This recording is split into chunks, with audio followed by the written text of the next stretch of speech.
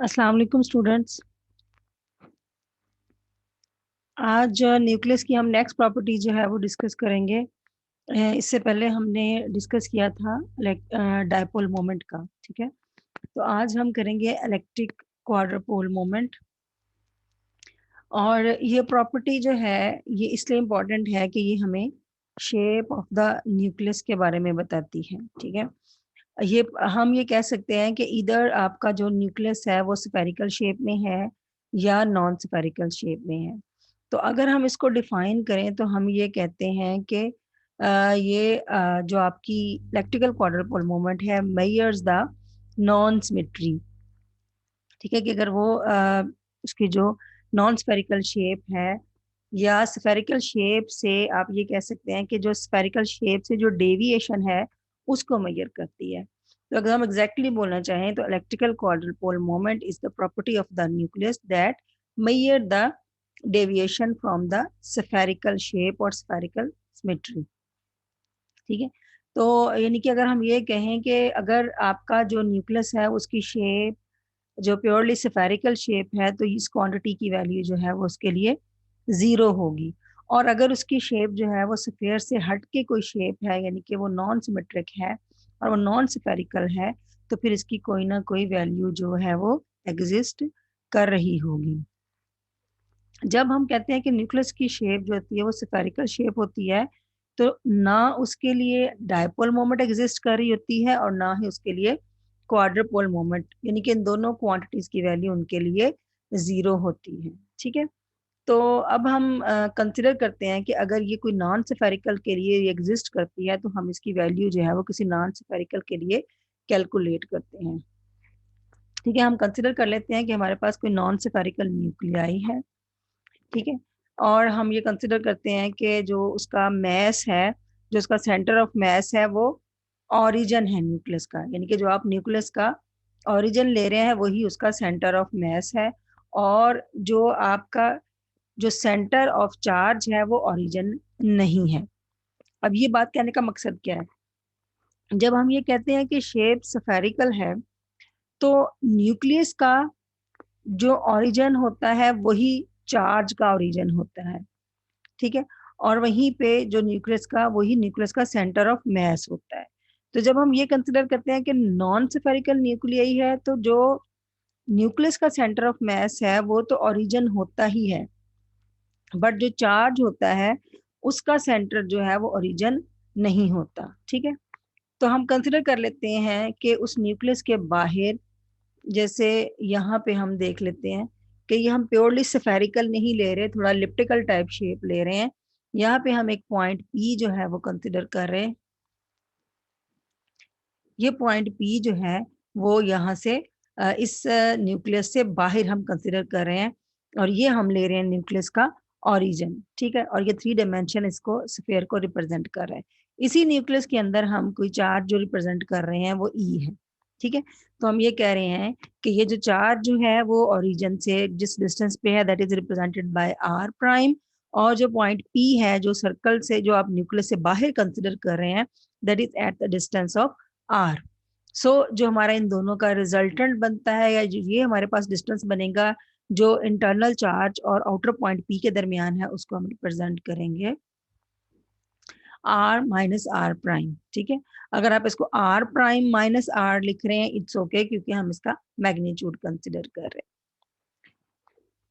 तो अब इसमें हम क्या कहते हैं कि इस पोटेंशियल का जो हमें फॉर्मूला पता है दैट इज वी आर, यानी कि जो इस न्यूक्लियस के अंदर चार्ज डिस्ट्रीब्यूशन है उसकी वजह से इस पॉइंट पी पे जो पोटेंशियल एग्जर्ट हो रहा है हम उसकी वैल्यू जो है वो डिफाइन कर रहे हैं V R is equal to 1/4 pi epsilon E over R minus R prime under root. Actually this is the correct definition.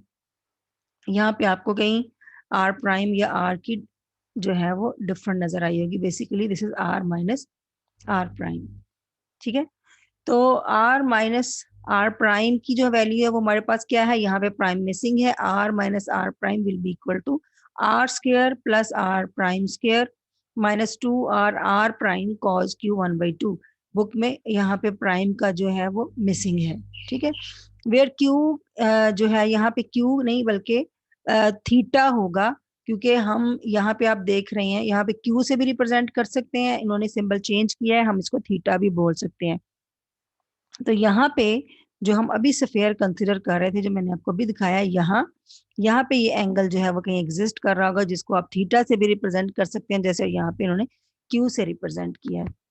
ठीक है, तो यहाँ पे cos q basically is representing the angle between r और r prime. तो ये जो अभी हमने वैल्यू लिखी है r माइनस आर प्राइम मैग्नीट्यूड की, इसको हम यहाँ पोटेंशियल की वैल्यू में सब्स्टिट्यूट करते हैं। तो after substitution v is equal to 1/4 pi epsilon r square plus r prime square minus 2 r prime cos theta and whole under root. ठीक है, तो यहाँ से अब हम क्या करते हैं, e जो है हमने यहाँ पे लिख दिया, और इसको हमने 1 की बजाय इसकी पावर को नेगेटिव फॉर्म में लिख दिया, इसको सिंप्लीफाई करने के लिए। ठीक है, और यहाँ से हमने 1/r स्क्वायर को यहाँ से कॉमन निकाला है। ठीक है, 1/r स्क्वायर को जब हमने यहाँ से कॉमन निकाला है, तो यहाँ पे बाकी सबके डिवीजन में r, यहाँ पे r स्क्वायर आ जाएगा, क्योंकि यहाँ पे एक r ऑलरेडी एग्जिस्ट कर रहा था, तो r स्क्वायर, एक r जो है वो r से कैंसिल हो जाएगा। तो बाकी जो रिमेनिंग टर्म है उसको हमने -1/2 की फॉर्म में लिख दिया। ठीक है, यानी आप क्या करेंगे, पहले आप यहाँ से 1/r स्क्वायर कॉमन लेंगे। जब आप 1/r स्क्वायर कॉमन लेंगे, तो 1 ऑफ द स्क्वायर, ये स्क्वायर इस अंडर रूट की वजह से r के तौर पे, 1/r के तौर पे बाहर आएगा कॉमन आपके पास। देन आप क्या करेंगे, आप इस 1 का जो फैक्टर है उसको -1/2 पार की फॉर्म में लिखेंगे, क्योंकि हमने इसे सिंप्लीफाई करना है। और हम इसको सिंप्लीफाई किस तरह से करेंगे, हम बायनोमियल एक्सपेंशन जो है वो इसको लगाएंगे। ठीक है, जब आप बायनोमियल एक्सपेंशन इस पे लगाएंगे, तो आप इसे कंसिडर कर लेंगे, आपको पता है कि बायनोमियल एक्सपेंशन क्या होती है, 1 + x and whole raise to power n। ठीक है, तो आपका जो x है यहाँ पे, ये वाली क्वांटिटी जो आपकी r वाली क्वांटिटी है, ये आपका x है, दिस इज आपका ये वाला जो है वो 1 है, तो 1 एज इट इज। तो पहला जो टर्म होती है बायनोमियल एक्सपेंशन की, 1 + nx। ठीक है, तो n आपका क्या है, -1/2, तो 1 प्लस आपकी फर्स्ट टर्म ये बनेगी। ठीक है, nx, n आपका -1/2 और ये टर्म। ठीक है, अब यहाँ पे जो आपको टर्म नजर आ रही है, बेसिकली ये आपको सिंप्लीफाई करने के बाद नजर आ रही है। अगर आप इसको सेपरेटली सॉल्व करें, पहले इस पे बायनोमियल एक्सपेंशन लगाएं, और फिर जो टर्म्स को अंदर मल्टीप्लाई करें, और जो सेम टर्म्स हैं कॉमन निकल रहे, उनको कॉमन निकालें, तो ये आपके पास सिंप्लीफाइड फॉर्म में इस ये वाली इक्वेशन जो है वो आती है। ठीक है, तो पहली टर्म आप ये लगाए 1 + nx, and the second term आपकी क्या है, n × n-1। ठीक है, ओवर 2, और आपका जो x² आ जाएगा। ठीक है, n × n-1 over 2 factorial × x²। तो दूसरी टर्म, आप इसको दूसरी टर्म तक ओपन करके सिंप्लीफाई करें, तो आपके पास ये इक्वेशन जो है वो बन जाएगी। ठीक है, तो ये जो बायनोमियल एक्सपेंशन हमने बनाई है इस टर्म की, वो हम यहाँ पे सब्स्टिट्यूट करेंगे नेक्स्ट स्टेप में। तो ये हमने यहाँ पे इसको सब्स्टिट्यूट कर दिया, बायनोमियल एक्सपेंशन को जो हमने ओपन किया है। उसके बाद हम ये जो बाहर स्क्वायर ब्रैकेट्स के बाहर क्वांटिटी है E/4 पाई एप्सिलॉन r, इसको मल्टीप्लाई करेंगे थ्रू आउट दिस टर्म्स जो कि आपके पास स्क्वायर ब्रैकेट्स के अंदर है। तो फर्स्ट टर्म तो as it is, second term में जब आप इसको मल्टीप्लाई करेंगे, तो that will be r² ER prime cos theta plus, और यहाँ पे आप मल्टीप्लाई करेंगे तो ER prime square over 4 pi epsilon r³ 3 cos square theta -1/2 so on. और हम हायर टर्म जो है वो यहाँ पे अभी नहीं कंसिडर कर रहे, ठीक है, निगलेक्ट कर रहे हैं। तो ये जो हमारे पास इक्वेशन बनी है राइट हैंड साइड पे, तो यहाँ पे जो आपके पास फर्स्ट टर्म जो है रिप्रेजेंट करती है जो पोटेंशियल है, यानी कि पोटेंशियल कंट्रीब्यूशन है, जो आपने अभी पोटेंशियल कंसिडर कर रहे हैं, कि जो आपका जो चार्ज डिस्ट्रीब्यूशन है न्यूक्लियस के अंदर, उसकी वजह से जो पॉइंट पी पे पोटेंशियल लग रहा है, हम उसको फाइंड आउट करने की कोशिश कर रहे हैं। तो ये टर्म रिप्रेजेंट कर रही है कि एक सिंगल चार्ज की वजह से जो पोटेंशियल एग्जर्ट हो रहा है। ठीक है, ये जो सेकंड टर्म्स रिप्रेजेंट कर रही है r², दैट इज रिप्रेजेंटिंग कि ये आपके डायपोल की वजह से जो पोटेंशियल की कंट्रीब्यूशन है, यानी कि जो डायपोल आपका बनता है वो जो पोटेंशियल एग्जिस्ट कर रहा है। और जो आपकी इसमें आपकी जो डायपोल है वो क्या बन रही है, ER cos ऑफ थीटा या cos ऑफ Q। ठीक है, और जो थर्ड टर्म है आपकी, ये बेसिकली रिप्रेजेंट कर रही है क्वाड्रपोल मोमेंट की वजह से, ठीक है। जो पोटेंशियल की कंट्रीब्यूशन है ड्यू टू क्वाड्रपोल, उसे हम क्वाड्रपोल मोमेंट कहते हैं, that is represented bye Q, ठीक है। तो ये आपके पास आएगी ई आर। अब इसकी जो क्वाड्रपोल मोमेंट है, ये एक्चुअली बेसिकली आपका एक कांस्टेंट है 4 पाई एप्सिलॉन, ठीक है। तो इसको रिप्रेजेंट जो सिंपली वो किया है सिर्फ इसकी वजह से, इस टर्म को कहा है ई आर प्राइम 3/2 कॉस के थीटा माइनस 1/2, ये आपका क्यू है, ठीक है। तो यहाँ पे आप मजीद ये कर सकते हैं कि कॉस के थीटा, ये जो आपने ऊपर स्फीयर कंसीडर किया था, जो आपने न्यूक्लियस कंसीडर किया था जिसकी नॉन स्फेरिकल शेप है, अगर वहां से आप कॉस थीटा की वैल्यू निकालें तो आपके लिए क्यू की वैल्यू जो है वो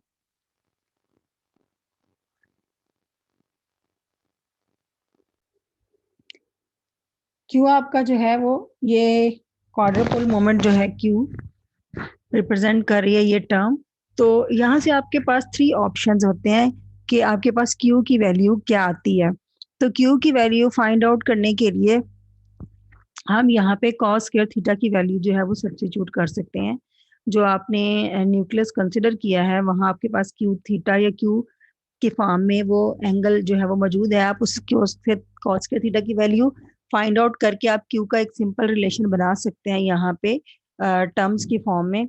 तो वहां से आपको पता चलेगा कि क्यू की वैल्यू आपके पास क्या आती है किसी भी गिवन न्यूक्लियाई के लिए, ठीक है।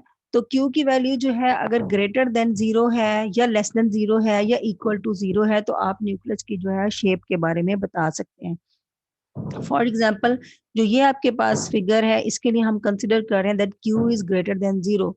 When Q is greater than zero, the shape of the nucleus will be prolate shape, इसको हम प्रोलेट शेप बोलेंगे, ठीक है। तो इसे हम प्रोलेट शेप किस तरह से डिफाइन करते हैं, अगर मैं इसको थोड़ा ड्रा करके आपको बता दूं। हमारे पास अगर ये न्यूक्लियस हम कोई स्फीयर कंसीडर कर रहे हैं तो हमारे पास इसके एक्सिस होते हैं जिनको हम प्रिंसिपल एक्सिस बोलते हैं। तो ये प्रिंसिपल एक्सिस अगर हम इस तरह से ड्रा करें, ठीक है, और ये हमारे पास इस वाले एक्सिस को हम बोलें कि ये हमारे पास ए है, ए बोल सकते हैं या बी बोल सकते हैं, और एक हमारे पास एक्सिस जो है वो यहाँ पे है, ये वाला एक्सिस। तो ये हमारे पास 2 एक्सिस हैं इसके, जिसको हम इसके प्रिंसिपल एक्सिस बोलते हैं। तो depending upon the value of these axis जो है वो आप शेप जो है वो न्यूक्लियस की डिफाइन करते हैं। लेट्स सपोज अगर आप ये देखें तो ये वाली जो शेप है ये एलोंगेट है अलोंग दिस एक्सिस।